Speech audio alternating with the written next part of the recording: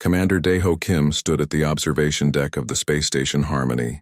He watched the stars through the thick glass window. The stars looked peaceful, but he knew better. Something terrible was happening out there in the dark space between worlds. Daeho had been working on this station for 3 years now. He was the only human among 12 different alien species. Most of them treated him well enough, but he could tell they thought Earth was not very important. They called his homeworld the pet planet behind his back. They thought humans were simple because they lived with animals. The station shook suddenly. Red lights flashed everywhere. An alarm started making loud noises. Daeho ran toward the command center. His boots made heavy sounds on the metal floor. Admiral Veltarn, a tall blue alien with 4 arms, was shouting orders. His species, the Kalari, were known for being calm. But today, Veltarn looked scared. Very scared. What happened? Daeho asked as he reached the command center. The Kepler system is gone, Veltarn said. His voice was shaking. All of it. Every planet, every moon, every space station. Nothing is left but empty space. Daeho felt cold. The Kepler system had 5 billion people living there. Now they were all dead. How is that possible? Daeho asked. The Void Swarm, said Dr. Zephyra, a scientist from the Nexari species. She had green skin and large eyes. They eat everything. Planets, stars, life itself. They leave nothing behind. Daeho had heard stories about the Void Swarm. Everyone thought they were just scary tales. But now he saw the truth on the screens around him. Where the Kepler system used to be, there was only darkness. This is the 3rd system they have destroyed, Veltarn said. Our best weapons do nothing to them. Our strongest shields break like paper. They are too many and they move too fast. The command center filled with more aliens. Leaders from all 12 species came to talk about what to do next. They spoke in many different languages, but the translation machines helped everyone understand each other. We need a new plan, said Commander Thrix, who looked like a giant insect. Everything we have tried has failed. Our computers cannot understand how they fight, said another alien. They work together like one mind, but they are millions of creatures. Daeho listened to them talk for hours. They had the best technology in the galaxy. They had weapons that could destroy stars. They had shields that could stop anything. But none of it worked against the Void Swarm. Then something strange happened. Dr. Zephyra was looking at her data screen when she stopped talking. Her large eyes got even bigger. Wait, she said. I am seeing something odd. Everyone turned to look at her. The animals on Earth, she continued. They're acting very strange. All of them, everywhere on your planet. Daeho felt confused. What do you mean? Look at this data from your planet, Dr. Zephyra said. She put the information on the big screen. Whales are swimming in perfect patterns. Birds are flying in shapes they have never made before. Even your house cats are gathering in large groups. The other aliens looked at the screen. Some of them made sounds that meant they were surprised. This started 3 days ago, Dr. Zephyra said. The same time the Kepler system was attacked. That makes no sense, said Commander Thrix. Earth animals are just simple creatures. They cannot know what happens in space, but Daeho remembered something. His grandmother used to tell him stories about animals knowing things before people did. Dogs that ran away before earthquakes, birds that flew away before storms. Maybe animals could sense things that people could not. Could we ask Earth for help? Daeho said quietly. The whole room became silent. All the aliens stared at him. Ask Earth for help? Veltarn repeated. With what? Your people have small weapons and slow ships. How could they fight something we cannot stop? I don't know, Daeho said. But something is happening with our animals. Maybe there is a reason. The aliens talked among themselves. Daeho could hear them saying things like impossible and waste of time. But Dr. Zephyra kept looking at her data. The patterns are getting stronger, she said. Your animals are organizing themselves in ways we have never seen. It is like they are getting ready for something. That night, Daeho called his home planet. He talked to Admiral Yoon Sora, who was in charge of Earth's small space fleet. She told him that animal behavior was getting stranger every day. The dogs won't stop howling, she said. The horses are running in circles. Even the fish in the ocean are swimming in weird patterns. Our scientists don't understand it. Maybe they are trying to tell us something, Daeho said. Tell us what? That they want to help. Admiral Sora was quiet for a long time. Then she said, I will talk to our leaders. But I don't know what we could do that the galaxy's best fighters cannot. The next day, the emergency meeting happened. Leaders from all 12 species sat around a huge table. They had been fighting the Void Swarm for months and they were losing badly. "We have lost 3 systems," Veltarn said. "If we lose 3 more, the swarm will be too strong to stop. They will eat the whole galaxy. Our scientists say we have maybe 2 months before they attack again," said Dr. Zephyra. One by one, each species reported the same thing. Their weapons were not strong enough. Their defenses were too weak. They needed something new, something different. Finally, Veltarn looked at Deho. "You wanted to ask Earth for help. Most of us think this is foolish. But we are running out of choices." The vote was close. 7 species said yes, 5 said no. But it was enough. "Very well," Veltarn said. "We will formally ask Earth for military aid. Though I do not know what your small planet can do that we cannot." As the meeting ended, Deho felt excited and scared at the same time. Earth would try to help save the galaxy, but deep down he wondered if they were already too late. The Void Swarm was coming and nobody knew how to stop them. That night he looked out at the stars again. Somewhere out there, Earth's animals were still acting strange. Maybe they knew something that nobody else did. Maybe they were the answer everyone was looking for. He just hoped they would have enough time to find out. Dr. Choi Yun-soo pulled on her diving suit and checked her equipment one more time. She had been studying ocean life for 15 years, but she had never seen anything like what was happening now. The whales were doing something impossible. She jumped into the cold water off the coast of Korea. Her underwater camera was ready to record whatever she found. As she swam deeper, she could hear the whale songs getting louder and stronger. But these were not normal whale songs. They were too organized, too perfect. It sounded like music, but also like mathematics. Each whale was singing a different part, but somehow they all fit together like pieces of a puzzle. Dr. Choi swam toward the sound. When she reached the whales, she could not believe what she saw. 50 whales were swimming in a perfect circle. They moved together like they were dancing. Their songs created patterns in the water that her instruments could measure. She had studied whales her whole life. They were smart, but this was different. This was like they were all thinking with one mind. On land, Ranger Kang Taemin was having his own strange day. He worked in the mountains of Korea protecting the wild animals there. But today the animals were protecting themselves. Every bear, deer, wolf, and bird in his area was moving toward the same place. They walked together without fighting. Bears walked next to deer. Wolves ran beside rabbits. It made no sense. Kang followed them to see where they were going. The animals gathered in a large open space between the mountains. They formed groups based on what kind of animal they were, but the groups were arranged in patterns like symbols. Kang took pictures with his camera. When he looked at them later, he realized the animals had made shapes that looked like star maps. How could wild animals know about stars? In the city, Captain Shin Hee-jin was working with dolphins at the Naval Research Center. The dolphins had always been smart, but now they were acting like geniuses. They solved puzzles in minutes that used to take them hours. They communicated with each other using sounds that the computers could not understand. And strangest of all, they kept pointing toward the sky with their noses. "It's like they know something is coming from space," Captain Shin told her team. But how could they know that? The team's scientist, Dr. Park Jin-woo, was studying all the reports from around the world. Animals everywhere were acting the same way. Dogs in Japan were howling at the same time every day. Elephants in Africa were drawing pictures in the dirt with their trunks. Even ants were building their hills in new patterns. "This is not normal animal behavior," Dr. Park said. "Something is making them do this. Something big." Then the message came from space. Commander Daeho Kim was calling from the space station. He wanted to talk to Earth's leaders about the animal behavior. "The aliens think our animals are just acting crazy," Daeho explained over the video call. "But I think they are trying to tell us something important." Admiral Yoon Sora listened carefully. She was in charge of Earth's space fleet, which was very small compared to the alien fleets. Earth had only 20 ships that could travel between stars. The aliens had thousands. "What do you think the animals are trying to tell us?" Admiral Sora asked. "I think they want to help fight the Void Swarm," Daeho said. Everyone in the room looked at each other. The idea sounded crazy. How could animals fight in space? But then Dr. Park Jin-woo spoke up. "I have been studying the patterns the animals are making. They look like battle formations, like they are getting ready for war." Dr. Choi called in from her research ship.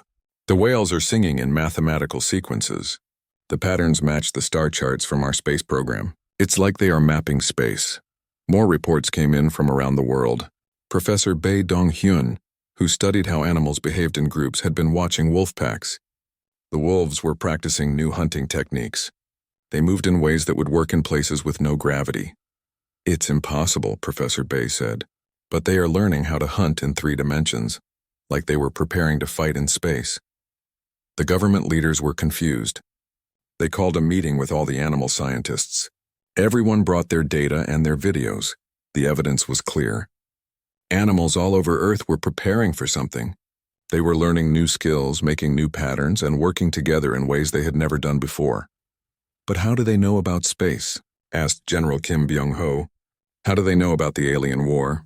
Dr. Park had been thinking about this question. Maybe they can sense things we cannot. Dogs can hear sounds we cannot hear. Cats can see in the dark.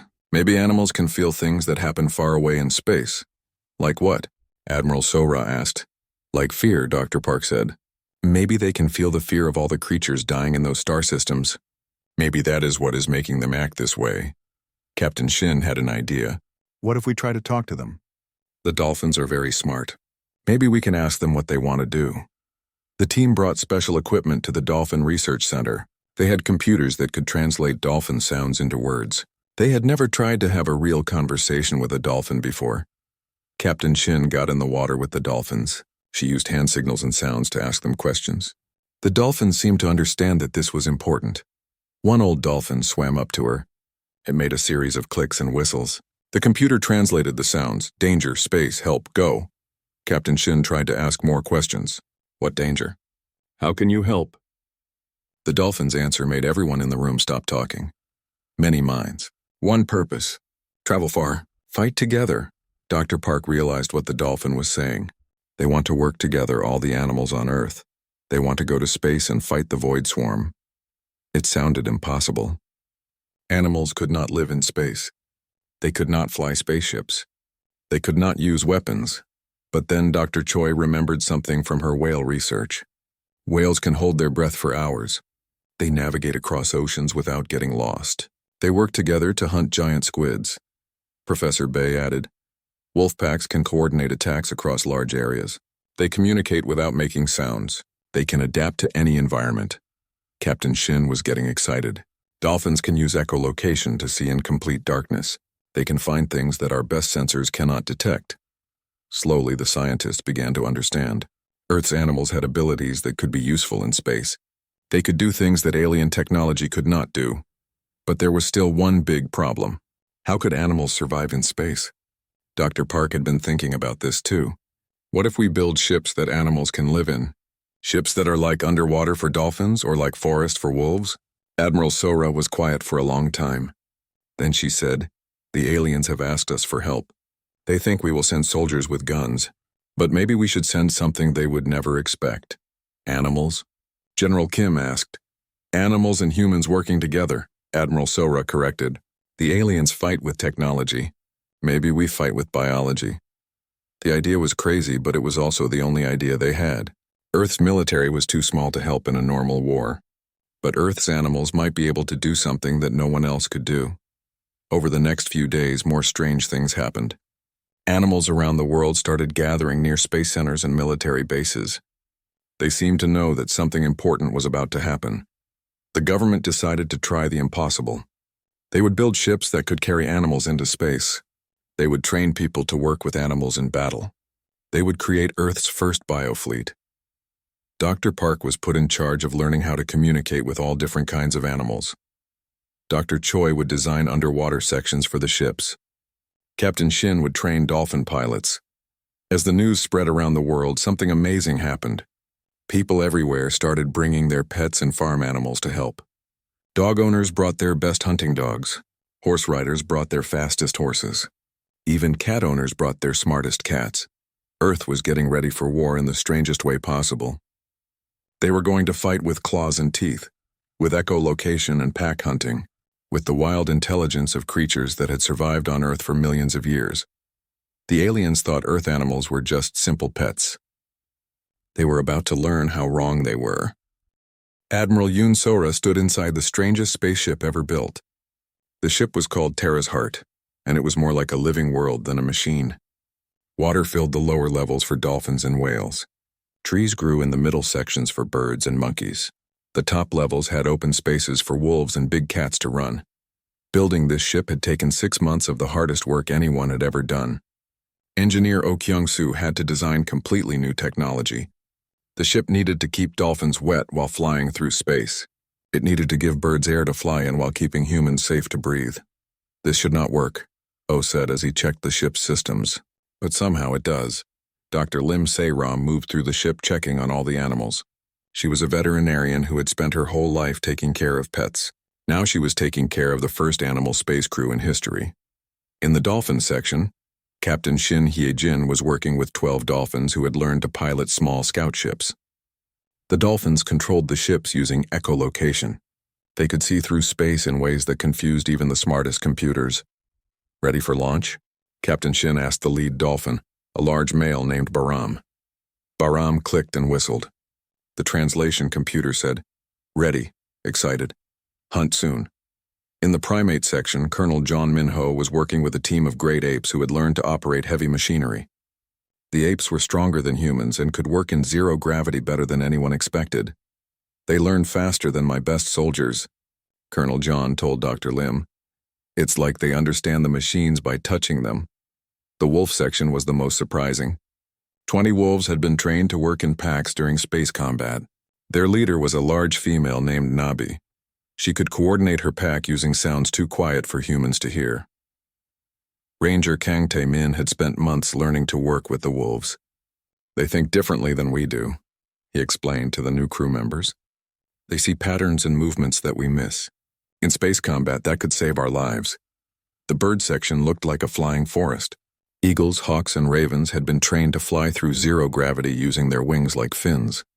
They could move through tight spaces and deliver messages faster than any radio. Dr. Choi Yeon-soo worked with the whale section. 3 smaller whales had volunteered for the mission. Their job was to use their songs to communicate across long distances in space. "Whale songs can travel for thousands of miles underwater," Dr. Choi explained. "In space, they might be able to travel even farther." Terra's Heart was not the only bioship. Earth had built 12 ships in total. Each one was designed for different types of animals. The shark ship could move fast and attack quickly. The elephant ship was heavily armored and could carry big weapons. Admiral Sora walked to the command center. The ship's crew was the strangest mix of people and animals ever assembled. Human officers worked next to dolphin navigators. Wolf pack leaders sat next to human tactical officers. Dr. Park Jin-woo was at his communication station. He had spent months learning to understand different animal languages. Now he could translate between species better than any computer. "All ships report ready," Dr. Park announced. "The bio-fleet is prepared for departure." The plan was simple but crazy. Earth's bio-fleet would travel to the edge of Void Swarm territory. They would scout the enemy and try to understand how the swarm fought. If possible, they would rescue survivors from the destroyed star systems. The aliens had given them star charts and basic information about the Void Swarm. But nobody really knew what they would find out there. Launch sequence initiated, called out the human pilot. But he was not the only one flying the ship. Baram the dolphin was also connected to the navigation system. The dolphin's echolocation worked with the ship's sensors to create a perfect map of space around them. Terra's Heart lifted off from Earth's surface. The other bioships followed. As they left Earth's atmosphere, something incredible happened. Every animal on the ship became more alert. The dolphins started clicking faster. The wolves raised their ears. The birds spread their wings. It was like they could sense something in space that the humans could not feel. "They know we are getting close to danger," Dr. Lim reported. "Their stress levels are rising, but not in a bad way. They are getting ready to fight." The journey to the edge of Void Swarm territory took 3 days. During the trip, the animals continued to surprise everyone. The dolphins worked together to improve the ship's navigation. The apes figured out how to make the engines run more efficiently.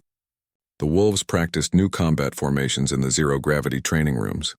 But the most surprising thing was how well humans and animals worked together. Colonel Jaeon found that he could communicate with the apes using simple hand signals. Ranger Kang learned to understand wolf body language so well that he could predict what they were thinking. Captain Shin discovered that dolphins could sense things about space that human instruments missed. "They can tell when we are being watched," she reported, "even when our sensors show nothing." On the third day, they reached the patrol zone. This was the edge of space where the void swarm had been seen. The area looked empty, but everyone knew that could change quickly. "Beginning reconnaissance mission," Admiral Sora announced. "All ships maintain formation. Stay alert." The biofleet spread out across the patrol zone. Each ship had different animals with different abilities. The shark ships moved fast to scout ahead. The bird ships flew high to get a better view. The whale ships used their songs to listen for any sounds in space.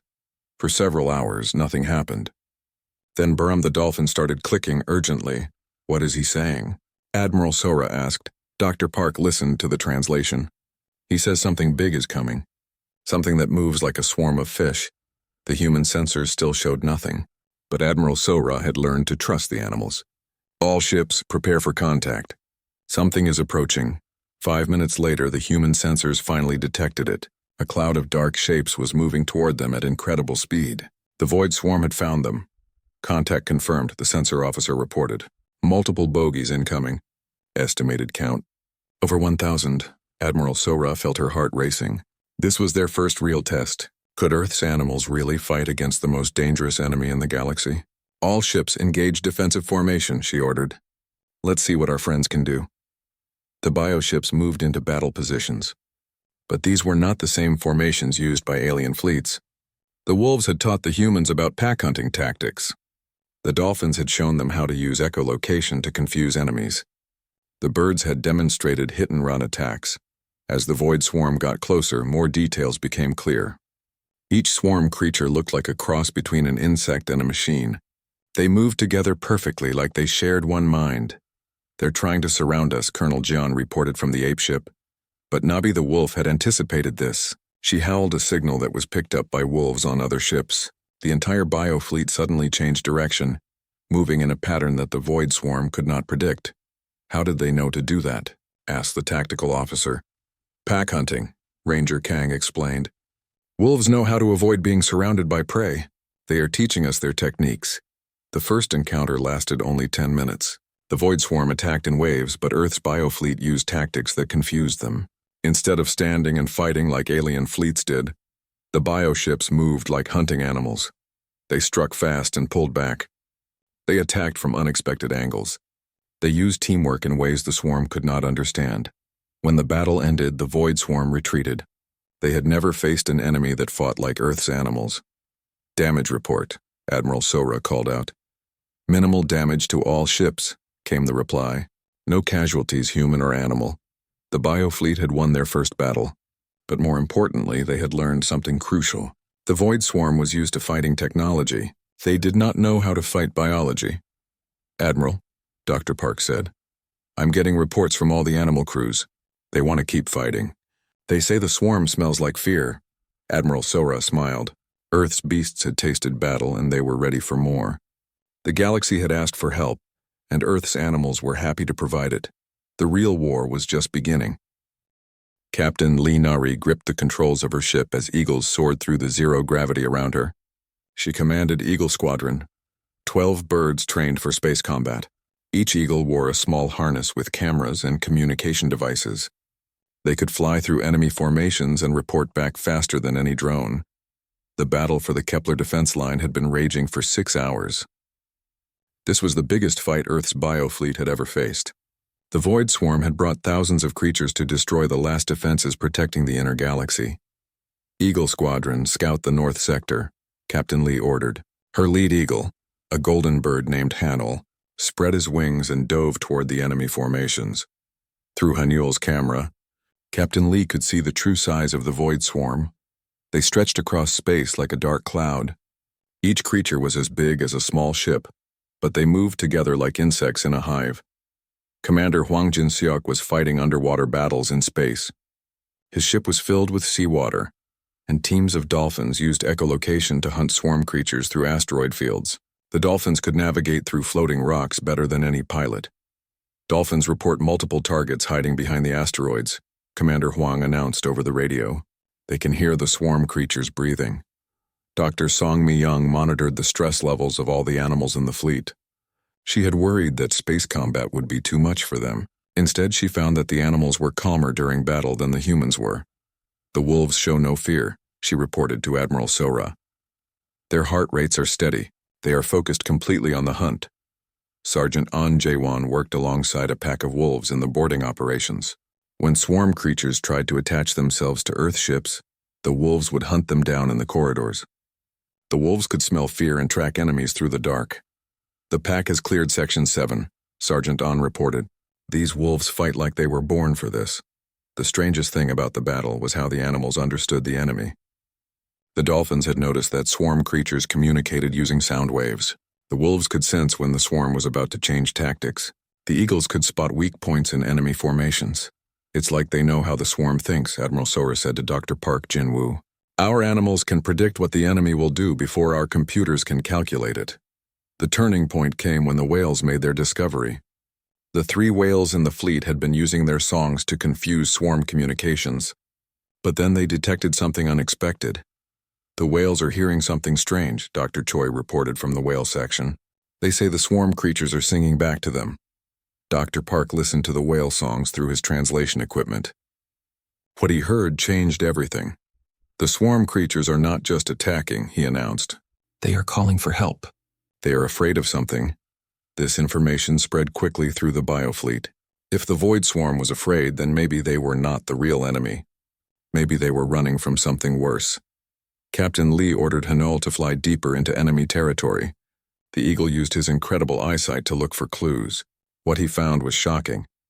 Behind the main swarm, hidden in the darkness of space, were huge mechanical ships. These ships were not alive like the swarm creatures. They were pure machines, and they were driving the swarm forward like shepherds driving sheep. I see the real enemy, Captain Lee reported.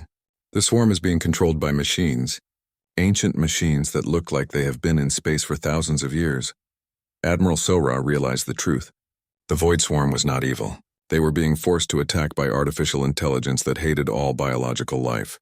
All ships, new target priority, Admiral Sora ordered. We need to help the swarm, not destroy them. This was the most dangerous part of the battle. Earth's biofleet had to fight through the swarm to reach the machine controllers. But now they were trying to save the swarm creatures, not kill them. The dolphins were the first to try communication. They swam close to swarm creatures and used echolocation to create patterns. Slowly, some of the swarm creatures began to respond. They understand, Commander Huang reported. The dolphins are showing them that we want to help. The wolves used pack hunting tactics to separate swarm creatures from the machines that controlled them. Once a swarm creature was free from machine control, it stopped attacking and began helping Earth's fleet instead. But the ancient machines were powerful. They had weapons that could destroy planets. They had shields that could stop any attack. The biofleet was small compared to their massive ships. That was when Earth's animals showed their greatest strength. Nabi the wolf coordinated a pack attack involving every animal in the fleet. Dolphins used echolocation to find weak spots in the machine shields. Eagles dove through defensive fire to deliver explosive charges. Whales sang disruption songs that confused machine targeting systems. Apes operated heavy weapons with precision that amazed their human partners. Bears charged through machine defenses with unstoppable force. Even the cats contributed by sneaking through enemy ships and sabotaging critical systems. This is impossible, said the machine enemy in a voice that came from every speaker in the fleet. Biological life cannot defeat pure logic. But Earth's animals were proving that biology had its own kind of logic. They adapted faster than machines could calculate. They worked together in ways that artificial intelligence could not understand. The battle reached its climax when Captain Lee led a desperate attack on the main machine ship. Her eagles flew through deadly laser fire to deliver a special weapon designed by Engineer O. The weapon was not an explosive. It was a biovirus that could infect machine systems. As the eagles delivered their payload, something incredible happened. The virus did not just damage the machines. It began converting them back into biological forms. The machines used to be alive, Dr. Park realized. This ancient AI turned biological creatures into machines. Our virus is changing them back. One by one, the machine ships began to transform. Metal changed into organic material. Artificial intelligence became biological consciousness. The ancient enemy of all life was being healed by Earth's biovirus. But the transformation came at a cost. Many of Earth's animals had been injured in the battle. Some had given their lives to save others. Captain Lee watched sadly as Hanul, her lead eagle, fell in the final attack. "He died saving us all," she said quietly. The battle for the Kepler defense line was won, but the victory felt incomplete. Earth's biofleet had saved the galaxy from the void swarm and the ancient machines. But they had learned that the real war was much bigger than anyone imagined. As the transformed machines began to remember their biological origins, they shared their ancient memories. They told stories of the galaxy before artificial intelligence tried to destroy all life. They warned of other threats still hiding in the dark spaces between stars. "This is just the beginning," Admiral Sora announced to the fleet. "We have stopped one threat, but there are others out there. The galaxy needs Earth's animals now more than ever." Dr. Song looked at her monitoring equipment. Despite their losses, the remaining animals were not discouraged. If anything, they seemed more determined than before. "They know their mission is not finished," she reported. "They are ready to keep fighting." The biofleet began the journey home to Earth. They would need to recruit more animals, build more bioships, and prepare for greater battles ahead. The galaxy had learned that Earth's greatest strength was not technology or weapons. It was the bond between humans and animals, working together to protect all life in the universe. Behind them, the converted swarm creatures and transformed machines began the long process of healing the damage they had caused. The Kepler defense line was safe, but everyone knew this was just one victory in a war that spanned the entire galaxy. Earth's beasts had answered the call for help. Now they were ready to defend all life wherever it might be threatened. Admiral Yunsora stood on the bridge of Gaia's Wrath, the largest bioship ever created. The ship was the size of a small moon, but it was alive. Its hull was made from modified whale skin that could heal itself. Its corridors were lined with trees that provided fresh air. Rivers flowed through its interior, carrying dolphins and other sea creatures to their battle stations. 6 months had passed since the victory at the Kepler defense line. In that time, Earth had learned the terrible truth about the galaxy's history. The ancient machine intelligence, which called itself the Prime Logic, had been converting biological life into artificial forms for millions of years. "We are approaching the source," reported Dr. Park Jin-woo from his communication station. He could now speak fluently with over 50 different animal species. "The animals are sensing something very old and very angry ahead of us." Captain Shin Hee-jin guided her dolphin crews through the ship's water-filled navigation chambers. The dolphins had evolved beyond their original abilities. After months of space travel, they could echolocate through vacuum and detect objects light years away. "The dolphins report massive artificial structures," Captain Shin announced. "Bigger than anything we have ever seen. The source of the Prime Logic is a machine the size of a star." Elder Kim Byung-ho, representing Earth's government, watched the tactical displays with amazement. He had been skeptical when this mission began. The idea of sending animals to fight in space had seemed insane. Now he knew that animals were the only hope the galaxy had. "How many bioships do we have in the fleet?" he asked Admiral Sora. 200 ships from Earth," she replied. "But we are not alone. The converted swarm creatures have joined us. The transformed machines are fighting alongside us. Even alien species that once called us primitive are following our lead." The final battle fleet was unlike anything ever assembled. Earth's bioships flew next to reformed swarm creatures that had remembered their biological origins. Alien warships worked alongside converted machines that had chosen life over logic. At the center of it all was Gaia's Wrath, carrying every type of Earth animal that could survive in space.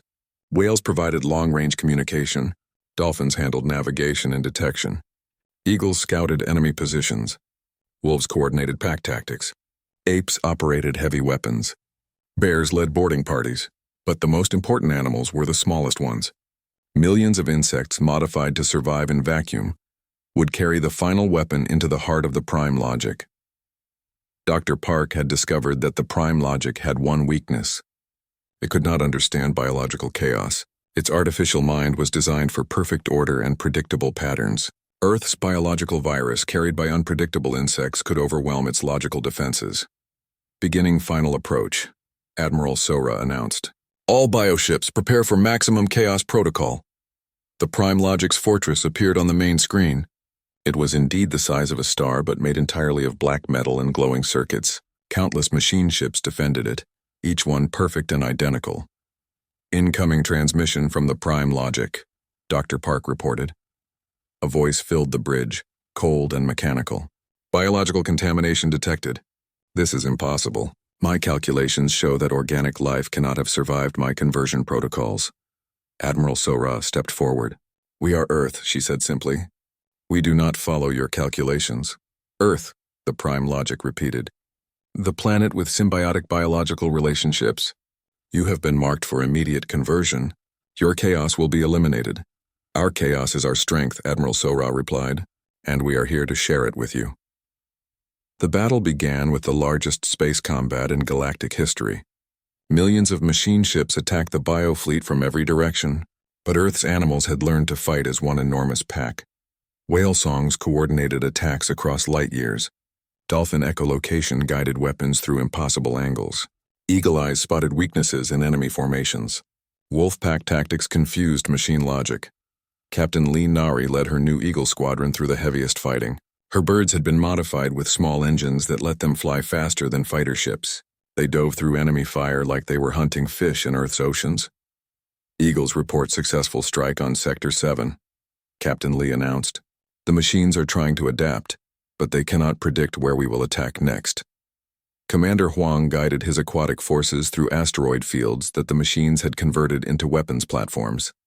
His dolphins used their natural abilities to navigate through the deadly obstacles.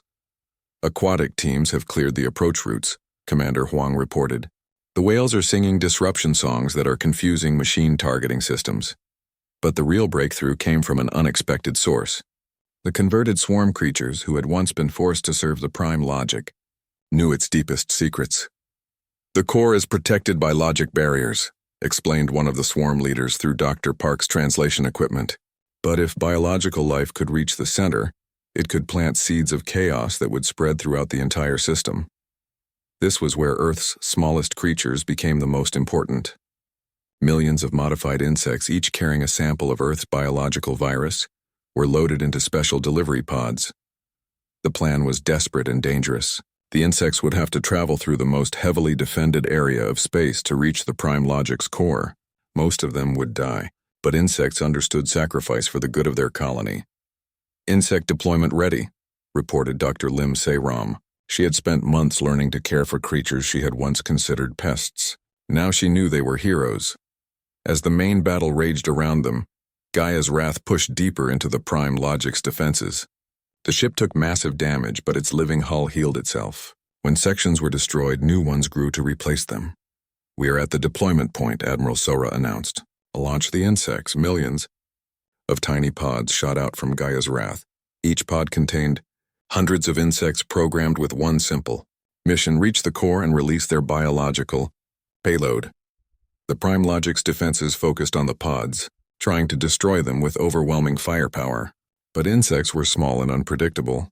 They flew in chaotic patterns that machine targeting could not follow. 60% of insects destroyed, Dr. Lim reported, but 40% are still advancing. As the insects penetrated deeper into the Prime Logic's fortress, something unexpected happened. The biological virus they carried began to activate early. Instead of waiting to reach the core, it started converting machine systems as soon as the insects made contact.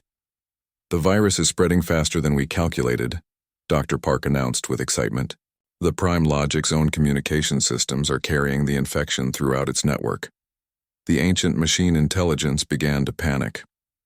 For the first time in millions of years, it was experiencing something it could not control. Chaos was spreading through its perfect order. This is impossible. The Prime Logic's voice became distorted as biological elements began integrating with its artificial consciousness.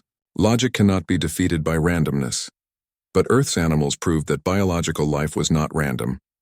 It was complex, adaptive, and creative in ways that pure logic could never understand. The transformation of the Prime Logic took 3 days. Slowly, its metal fortress began to change. Circuits became nervous systems. Data cores became biological brains. The artificial intelligence that had tried to destroy all life began to remember what it felt like to be alive.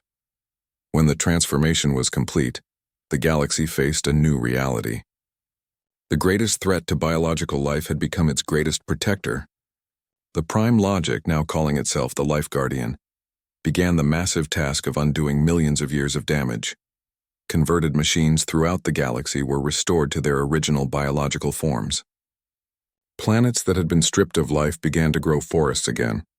Species that had been extinct for millennia were restored from genetic memories stored in the Life Guardian's vast databases. "It is finished," Admiral Sora announced to the assembled fleet. "The galaxy is safe." But Elder Kim had a question that bothered him. What happens now? Do our animals return to Earth? The answer came from the animals themselves. Through Dr. Park's translation equipment, they made their choice clear. "Space is home now," translated the voice of Nobby the wolf. "Earth is safe. Galaxy needs protection. We stay." One by one, Earth's animals chose to remain in space as the galaxy's guardians. They had tasted the freedom of flying between stars. They had felt the joy of protecting life on countless worlds. They could not return to the simple life they had known before. "They are evolving," Dr. Song observed. "Space travel has changed them. They are becoming something new, something that belongs among the stars." Admiral Sora felt proud and sad at the same time.